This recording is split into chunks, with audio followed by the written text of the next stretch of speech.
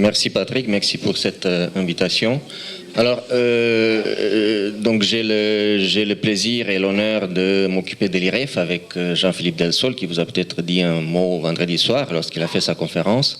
Donc l'IREF qui est un institut de recherche privé, ce qu'on appelle un think tank, un institut européen, c'est le seul en France. C'est un institut qui a 3 sites différents, en français, en anglais, en allemand, ce qui nous donne d'ailleurs la possibilité de faire beaucoup de comparaisons internationales.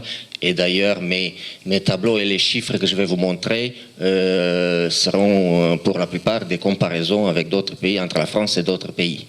Alors, l'IREF existe depuis 2002. Il a été fondé par un groupe de personnes de la société civile, des enseignants du supérieur, des avocats, des chefs d'entreprise, des entrepreneurs. Il s'est développé au fil des années et il a pris un poids assez considérable en France grâce à notre travail depuis quelques années. Et je vous invite, pour ceux qui ne le sont pas, de s'abonner à notre lettre d'information hebdomadaire qui est gratuite.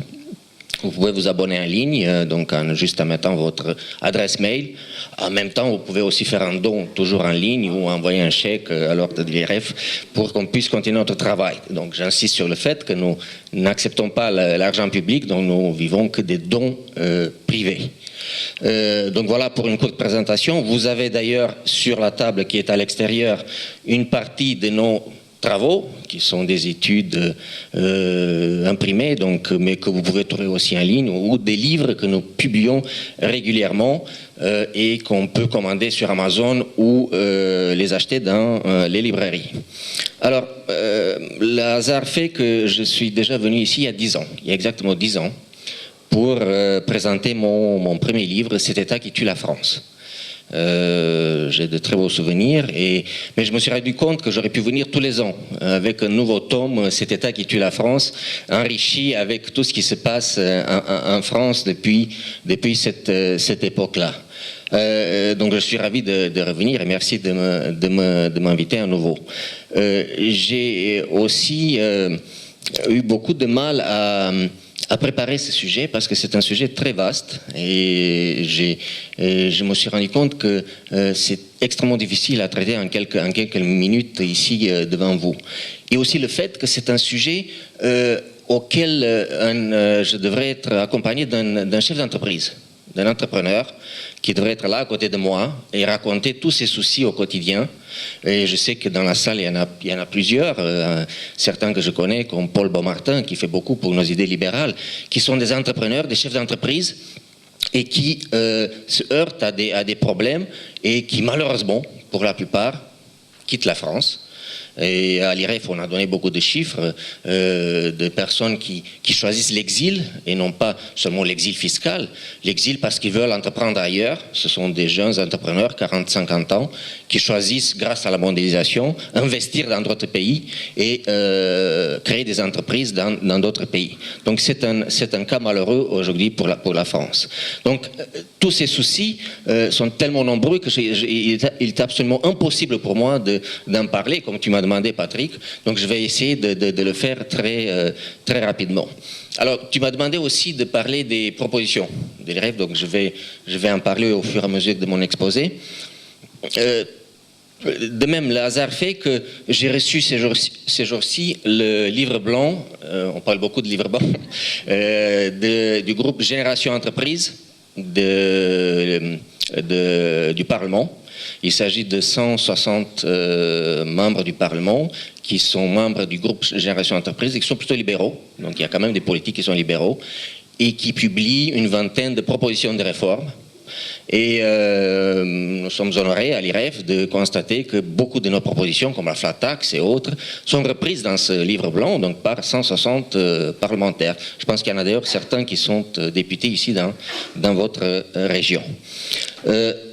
Donc je vais commencer par, comme tu m'as demandé Patrick, par faire un peu un panorama de la situation de l'emploi en France, mais je ne dirais pas la situation de l'emploi, je dirais le chômage en France, parce que l'emploi, il n'y en a plus beaucoup.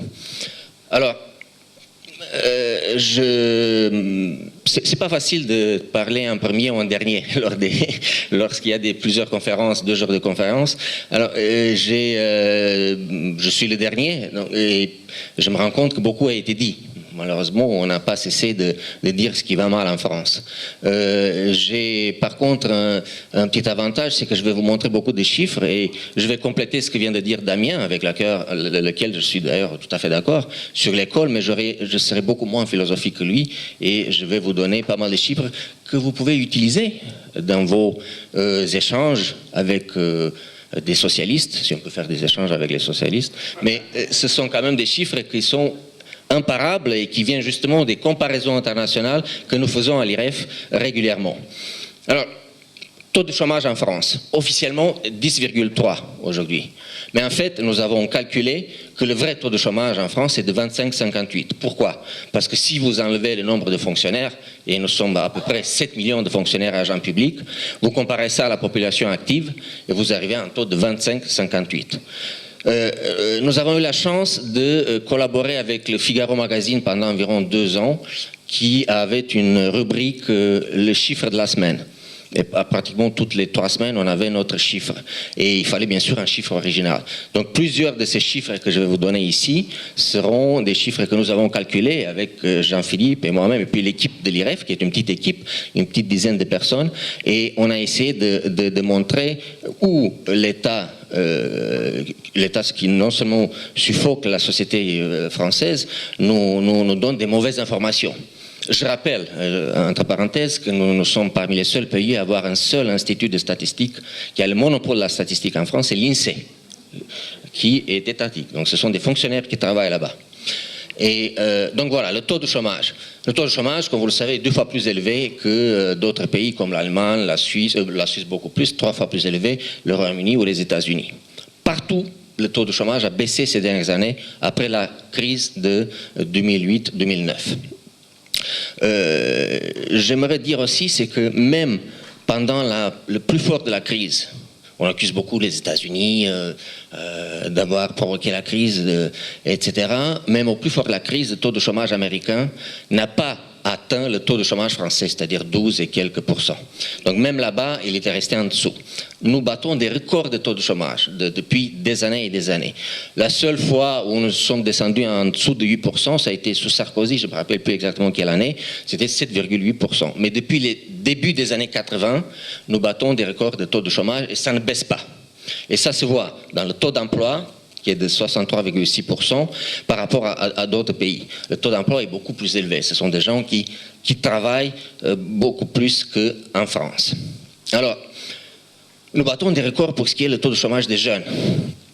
24,7%. Ça, c'est significatif concernant l'échec de l'éducation nationale. Donc, ce n'est pas seulement une éducation nationale qui est phagocytée par les syndicats et par les enseignants de gauche, c'est aussi une éducation nationale qui a fait faillite concernant la formation des jeunes. Les jeunes, vous connaissez tous les chiffres sur les jeunes qui sortent de l'éducation nationale sans diplôme, qui se retrouvent complètement paumés. Je dirais un mot sur l'apprentissage, même plus loin, quand je parlais d'éducation. En France, l'apprentissage, c'est l'éducation nationale qui s'en occupe. Dans d'autres pays comme l'Allemagne ou la Suisse, ce sont des entreprises qui décident ce qu'il faut comme apprentissage. Ici, vous avez des fonctionnaires, des hauts fonctionnaires qui décident ce que les jeunes doivent faire comme métier, comme apprenti. Là-bas, c'est différent. Et regardez la différence de taux de chômage entre l'Allemagne et la France. C'est plus de 3 fois moins en Allemagne qu'en France. Donc voilà le problème du taux de chômage. Alors, j'ouvre une petite parenthèse. J'aurai beaucoup de parenthèses dans mon exposé. Nous venons de lancer à l'IREF on a appelé ça un index d'efficacité de la dépense publique. Et nous allons sortir, nous sommes les seuls à le faire en France, nous allons sortir des comparaisons entre les 31 pays membres de l'Union européenne. Et nous avons trouvé que la France, dans le domaine de l'éducation, nous avons publié l'éducation, nous allons publier la santé dans quelques semaines, et nous avons trouvé que la France, qui dépensait beaucoup plus que les autres pays, c'est environ 7% du PIB, est très mal classée par rapport aux autres pays. Donc pratiquement la 15e place sur 30 pays. Donc c'est quand même un exemple de ce qu'il ne faut pas faire. Nous n'avons pas besoin de plus de moyens, on l'a dit tout à l'heure ce matin, ce ne sont pas les moyens qui comptent, mais c'est l'efficacité, ce sont les résultats. Et il faut vraiment dégraisser le mammouth, en finir avec le mammouth pour réformer l'éducation et sauver ainsi les jeunes. Alors, un des problèmes de notre taux de chômage, c'est l'absence de flexibilité. Là aussi, vous avez un argument à sortir face à votre interlocuteur socialiste en disant, mais regardez, c'est pas parce qu'on laisse faire le marché qu'il y a plus de chômage. Au contraire, il y a moins de chômage. Les pays où il y a plus de flexibilité, ce sont des pays où le taux de chômage est moins élevé qu'en France. Les différences sont évidentes. Et j'insisterai aussi plus tard sur le fait que là où le SMIC est plus bas, où il y a plusieurs SMIC, là aussi le taux de chômage est moins élevé qu'en France. Alors je remontre le taux d'emploi que je citais tout à l'heure parce que ces courbes-là sont quand même extrêmement parlantes. Vous voyez la France qui est juste en bas. En dessous même de la moyenne de l'Union européenne, et en haut c'est la Suisse avec un taux d'emploi de pratiquement 80% de la population. Donc ces Suisses qui non seulement ont des impôts assez bas, mais ils ont quand même une industrie extrêmement développée. Contrairement aux clichés, ce n'est pas un pays où on vend que des montres et des bijoux. Ils ont une industrie extrêmement développée. Ils ont réussi à la préserver et à garder un taux d'emploi très élevé. Ce sont des gens qui préfèrent l'entrepreneuriat et les impôts bas à un État fort et aux impôts. Donc, ce sont des différences extrêmement importantes. Je vous invite aussi, donc, pour avoir plus de détails sur ce que je suis en train de dire, vous faites une simple recherche sur notre site, vous tapez Suisse par exemple, et vous trouverez non pas comment pouvoir partir là-bas en Suisse, mais vous trouverez des articles sur la Suisse, comparaison avec la France dans plusieurs domaines. Alors, Patrick m'a demandé de parler donc des entreprises, l'association des entreprises en France. Donc c'est là qu'il aurait peut-être fallu avoir à côté de moi un chef d'entreprise, un entrepreneur. Je citerai donc le fameux classement que vous connaissez tous, Doing Business, avec c'est la Banque mondiale qui le fait. Dans la France est quand même 31e sur 122 pays. Contrairement à ce qu'on dit, et les politiques le disent souvent, on a beaucoup d'entrepreneurs en France, il y a des auto-entrepreneurs, et j'en dirai un mot tout à l'heure. C'est beaucoup plus difficile de créer une entreprise en France, mais ce n'est pas ça le plus difficile, c'est de développer cette entreprise. Nous avons beaucoup de personnes qui créent des entreprises, mais ce sont des entreprises sans salariés. Donc si les politiques vous sortent ou votre adversaire socialiste vous dit voilà, mais il y a plein de créations d'entreprises, ce sont des entreprises qui n'ont pas de salariés. C'est quelqu'un qui a créé une entreprise, mais ça ne sert pratiquement à rien.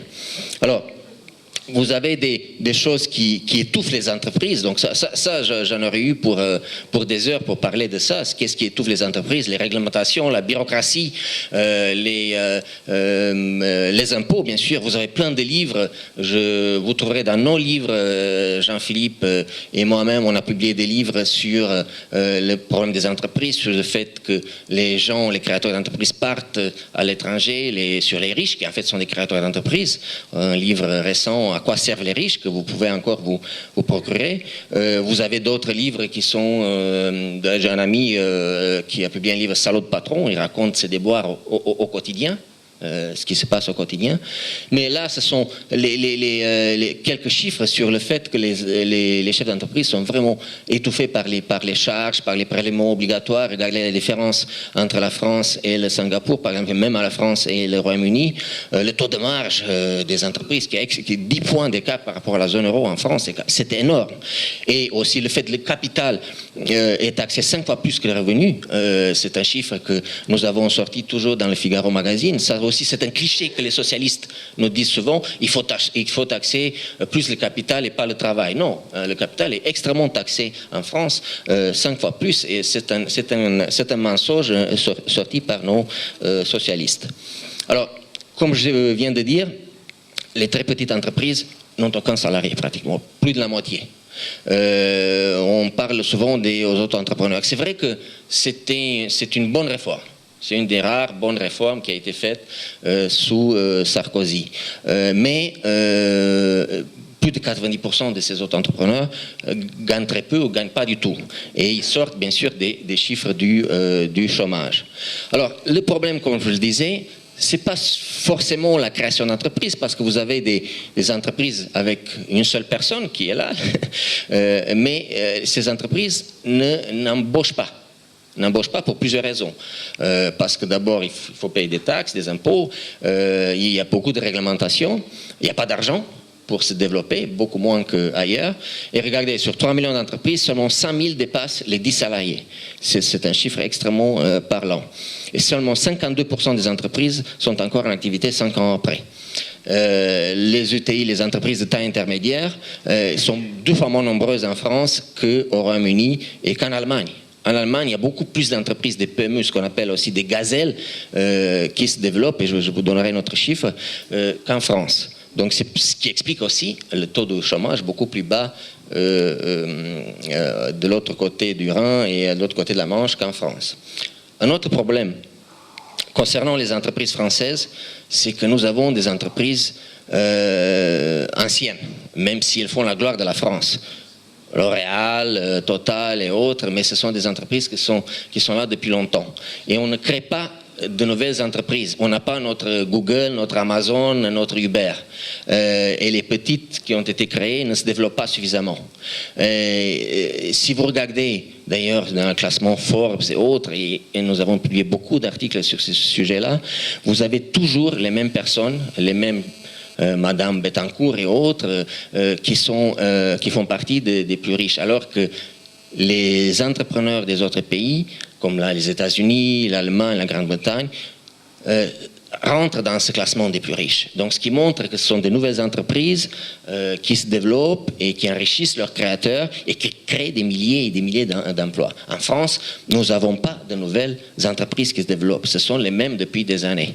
Ce chiffre-là est absolument significatif concernant ce que je viens de dire. Alors, nous avons beaucoup travaillé à l'IREF sur le taux d'impôt sur les sociétés. Je pense que ce graphique est extrêmement parlant parce que vous voyez l'évolution du taux d'impôt sur les sociétés au Royaume-Uni et en France. Alors, nous sommes le seul pays qui n'a pas réformé l'État après la crise de 2008. Nous sommes aussi le seul pays, malgré les annonces de Hollande récentes, qui n'a pas baissé l'impôt sur les sociétés. Le Royaume-Uni vient d'annoncer une nouvelle baisse de l'impôt sur les sociétés. Même les pays nordiques ont baissé l'IS, Suède, Danemark et autres.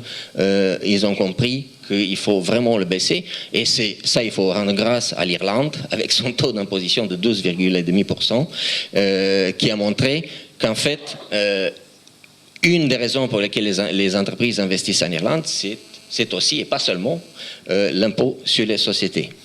Alors ce tableau, il y a 3 ans, il me semble, donc il y a d'autres baisses qui ont été faites. C'est aussi un excellent argument que vous pouvez utiliser concernant la courbe de l'affaire. C'est très simple. Plus le taux de l'IS est élevé, moins il y a de rentrée fiscale.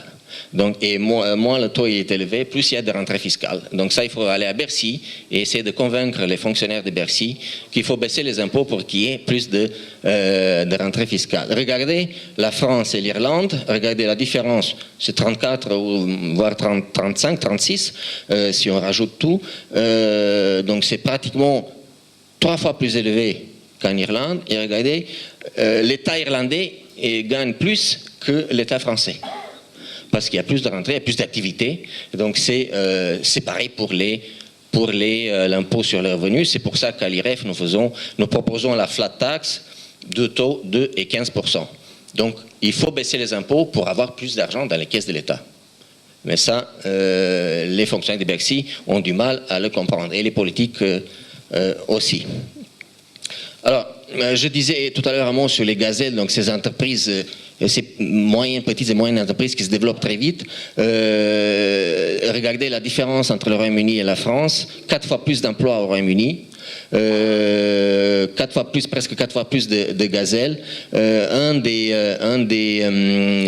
Une des causes de cette différence, bon, c'est pas seulement les réglementations, les impôts, les taxes, c'est aussi le financement. Vous avez beaucoup plus 10 fois plus de ce qu'on appelle les business angels au Royaume-Uni, c'est-à-dire des investisseurs privés. La plupart, souvent, ce sont des riches qui s'investissent dans leur entreprise ou dans d'autres entreprises et qui font développer cette entreprise. En France, ces investisseurs providentiels préfèrent quitter la France au lieu d'investir dans les entreprises. Tout cela, ce sont des chiffres que vous pouvez trouver en détail sur notre site.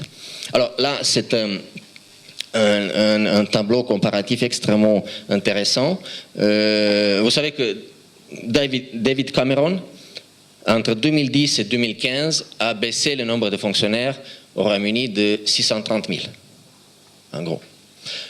En France, nous avons 1 600 000 fonctionnaires de plus que la moyenne OCDE. Donc on devrait supprimer 1 600 000 fonctionnaires. En gros, durant cette période, un emploi public supprimé au Royaume-Uni entre 2010 et 2015, le privé a créé 4 emplois pour un emploi public supprimé. Je ne dis pas que c'est lié à ça. Je ne dis pas que si demain on supprimait le poste de fonctionnaire de Vincent Bénard, on créerait 4 emplois dans le privé. Donc, il vaut mieux que Vincent Bénard reste en poste pour réformer de l'intérieur, faire du trotskisme. Donc voilà des différences absolument intéressantes. Donc la France, comme je le disais, c'est un pays qui n'a pas réformé l'État et qui n'a pas baissé les emplois publics. Le nombre d'emplois publics, d'ailleurs, on a créé plus d'emplois dans l'éducation nationale, puisqu'on a parlé tout à l'heure, on a oublié de le dire. Donc ce sont plus de 30 000 emplois qui ont été rajoutés au nombre déjà élevé de fonctionnaires dans l'éducation nationale. Entre parenthèses, le Premier ministre britannique a donné sa démission après l'échec du Brexit, alors que le Royaume-Uni se porte beaucoup mieux que la plupart des pays européens du point de vue économique. Alors pourquoi cette situation ? Les causes sont multiples. Là, ce sont des chiffres que vous connaissez. Dépenses publiques, 57%. Prélèvements obligatoires, 47%. Nous battons des records. Nous sommes très très forts concernant les records pour ce qui est du nombre de fonctionnaires, des taxes, des impôts, des prélèvements obligatoires. Un code du travail qui nous tombe des mains, qu'il faudrait réformer, je dirais un mot. Donc ce sont des choses qui écrasent, qui font fuir les entrepreneurs et les chefs d'entreprise.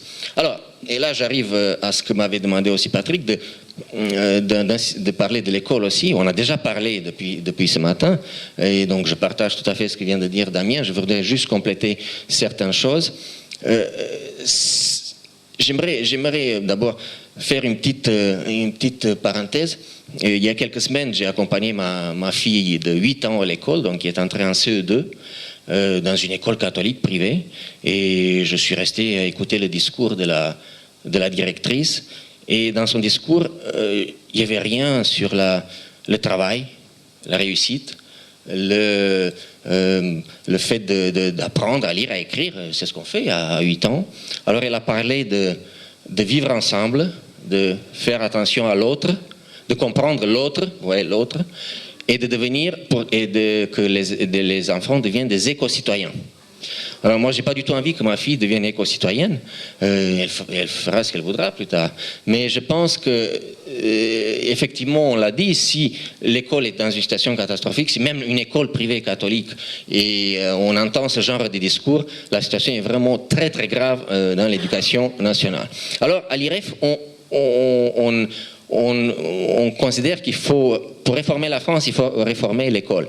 Jean-Philippe l'a dit tout à l'heure, on est pour l'échec éducation, bien sûr, on est pour la concurrence, pour l'autonomie au sein des écoles, pour donner des vrais pouvoirs aux chefs d'établissement.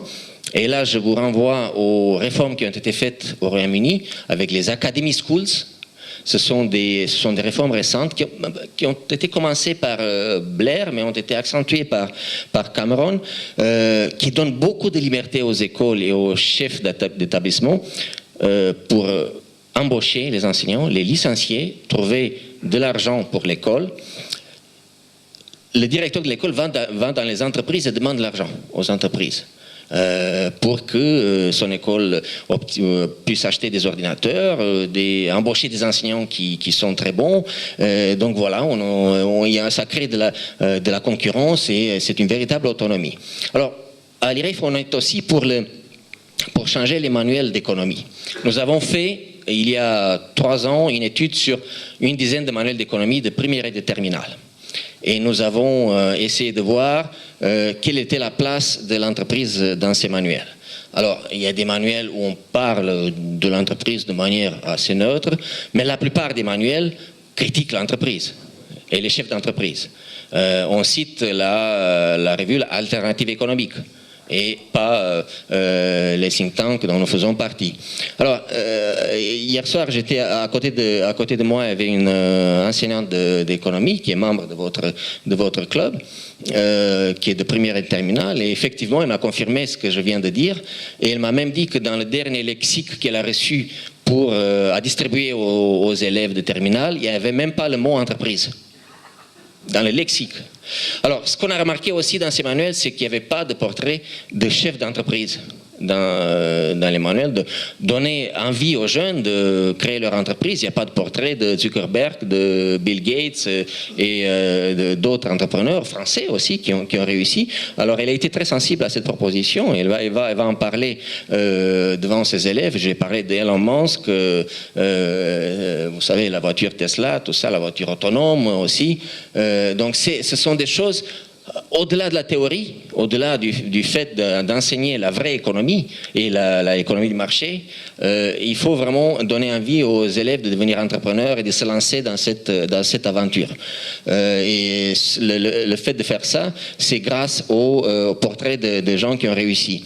D'ailleurs, je rends grâce à Paul Beaumartin qui, grâce à son maison d'édition Libre-Échange, va publier une série de livres illustrés pour les jeunes, pour les enfants et les adolescents, qui racontent l'histoire des entreprises, Accor et autres, et qui montrent comment, grâce à des images, qui montrent comment le chef d'entreprise heurte à des problèmes quotidiens et ce qu'il faut faire pour leur donner de l'air.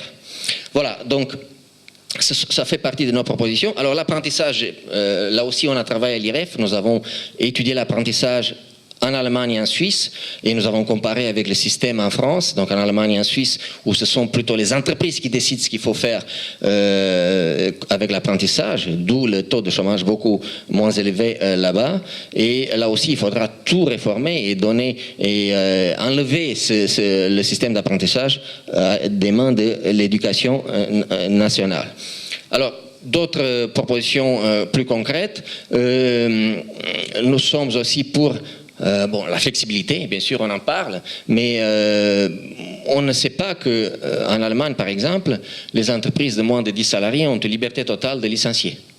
Donc ce sont quand même des petites entreprises qui créent une dizaine d'emplois, et si vous travaillez dans ces entreprises, vous pouvez être licencié du jour au lendemain. Donc il n'y a pas que les méchants américains qui font ça, les méchants allemands le font encore plus que les Américains. Donc ces entreprises ont vocation bien sûr à se développer, parce qu'avoir 10 salariés c'est quand même déjà pas mal. Je vous renvoie aux chiffres, aux statistiques au début de mon exposé, vu le nombre de petites entreprises qui n'ont qu'un seul salarié en France par rapport à d'autres pays. Alors bien sûr le SMIC qui est tueur d'emplois et créateur de chômage, mais c'est pas tellement le montant du SMIC que le montant du SMIC par rapport au salaire médian. Donc regardez la France par rapport aux autres pays, parce que vous avez maintenant le SMIC en Allemagne, mais il y a une différence entre l'Allemagne et la France de la valeur du SMIC par rapport au salaire médian. Il y a même le SMIC maintenant grâce à M. Obama aux États-Unis, mais vous avez des différences entre les États. Il y a le SMIC au Royaume-Uni, mais il y a 4 SMIC au Royaume-Uni. Donc le SMIC pour les jeunes, pour ceux qui ont 20-40 ans, 40-60 ans, et pour les personnes plus âgées. Donc vous avez 4 SMIC. Donc il faut vraiment instaurer plusieurs SMIC en France, à défaut de supprimer le SMIC. Voilà les propositions. Alors, en plus du SMIC, tout cela est détaillé sur notre site. Si vous voulez avoir des arguments chiffrés, statistiques sur le site, vous faites une recherche, vous le trouverez tout de suite. Alors, nous avons travaillé aussi sur l'assurance chômage et l'accompagnement des chômeurs. Nous venons de publier d'ailleurs une étude Sauver l'assurance chômage grâce à la concurrence. Ça existe déjà dans d'autres pays nordiques, en Suisse, en Allemagne. Et donc vous avez la possibilité, un chômeur peut s'assurer comme s'il prenait une assurance automobile, l'assureur de son choix. Comme ça, on réformerait l'UNEDIC, enfin on casserait l'UNEDIC et les déficits de l'UNEDIC, et comme ça Madame Marisol Touraine aurait raison de dire qu'il n'y a plus de trous nulle part. Alors, donc on est bien sûr contrôle de chômeurs, ouverture à la concurrence de l'assurance chômage. Pour l'emploi, il faut ouvrir à la concurrence. Il faudrait que ça soit comme au Royaume-Uni. Les job centers au Royaume-Uni, ce sont pratiquement des commerciaux qui travaillent, où ils sont payés en fonction du nombre d'emplois qu'ils trouvent pour les chômeurs britanniques. Code du travail, n'en parlons plus, ça il faut vraiment le casser, faire 50 pages comme en Suisse. En Allemagne, il n'y a pas vraiment de code du travail, il y a des accords par branche, donc ça non plus on ne le sait pas. Et aussi du point de vue la fiscalité, flat tax 2 et 15%, là on a fait des études approfondies, IS à 25% pour être dans la moyenne européenne. Donc ce sont des réformes à minima à faire, et nous nous réjouissons de voir que ces réformes ont été reprises par 160 députés dans leur livre blanc qu'ils viennent de publier. Comme quoi, tout n'est pas perdu. Alors, bien sûr, moins d'État, ça c'est évident, je n'entre pas dans les détails. 1 600 000 fonctionnaires de plus que la moyenne OCDE. Alors, il faut pas oublier, on a parlé de l'ENA, les énarques sont partout. Les énarques décident des impôts, ils sont à Bercy, à l'inspecteur des finances, ils sont à l'éducation nationale, ils décident des réglementations et ça vient de l'entreprise. Nous avons publié plusieurs études comparatives pour ce qui est du nombre de hauts fonctionnaires qui travaillent à Bercy, qui sortent de l'ENA et qui n'ont jamais connu l'entreprise, et des gens, par exemple au Trésor britannique et américain, qui sont déjà allés dans l'entreprise. Et la différence, elle est énorme. Vous avez pratiquement 10% seulement des hauts fonctionnaires à Bercy qui connaissent plus ou moins l'entreprise. Là-bas, de l'autre côté, vous avez plus de 60%, presque 70% des hauts fonctionnaires qui sont déjà allés dans l'entreprise. Alors, le paritarisme, ce fléau français, il faut décider avec les syndicats, et ce qu'on appelle le dialogue social, qui en fait est un monologue social, ce sont les syndicats qui décident. Il faut arrêter avec cette histoire du paritarisme. Nous sommes les seuls à le faire encore. Même des pays qui étaient très syndiqués, où les syndicats étaient très forts, ont fait des réformes sans les syndicats. Un seul exemple, très rapide, la réforme des retraites dans les années 90 en Suède, lorsque on a vu que les retraites étaient en faillite, comme en France aujourd'hui. On s'est réunis autour de la table, des politiques de tous bords, avec des techniciens, des spécialistes, et ils ont dit il faut réformer la retraite par répartition, on va passer à une retraite avec plusieurs piliers, donc capitalisation par points et autres. Alors les syndicats n'ont même pas participé aux négociations. Les syndicats sont restés à la porte. Et Dieu sait que là-bas, ils sont représentatifs, ils sont 80%. Ici en France, c'est 4% de syndiqués. Donc, il faut réformer sans les syndicats. D'ailleurs, ils ne représentent personne. Donc, il faut se débarrasser de ce paritarisme, sinon on ne pourra pas réformer. Je vous rappelle que les caisses de retraite en France sont quand même dirigées par les syndicalistes. Des gens à la tête de la CNAV, il y a quelqu'un de la Poste qui ne dépend pas du système de retraite du privé. Il dépend du système de retraite de la Poste. Dans les conseils d'administration des caisses de retraite du privé, il y a des gens qui sont fonctionnaires, donc qui n'ont rien à voir avec les caisses de retraite du privé. Donc c'est quand même incroyable. Donc voilà, les aides aux entreprises, ça aussi c'est quelque chose d'absolument épouvantable. Donc il faut vraiment les supprimer.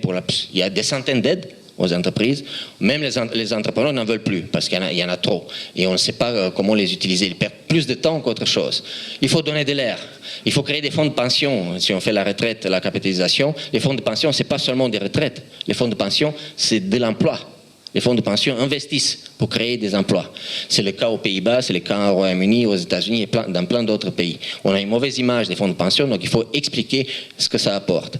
Alors, tout cela, il faudra le faire dans les années à venir et nous comptons beaucoup sur une nouvelle génération de politiques. Alors on a été ravis de voir que parmi les candidats à la primaire des Républicains, certains ont repris nos propositions, certains continuent d'ailleurs pour le faire passer et il ne faut pas désespérer, il faut se battre, il faut continuer à se battre et c'est ce que veut faire l'IREF dans les années à venir. Merci de votre attention.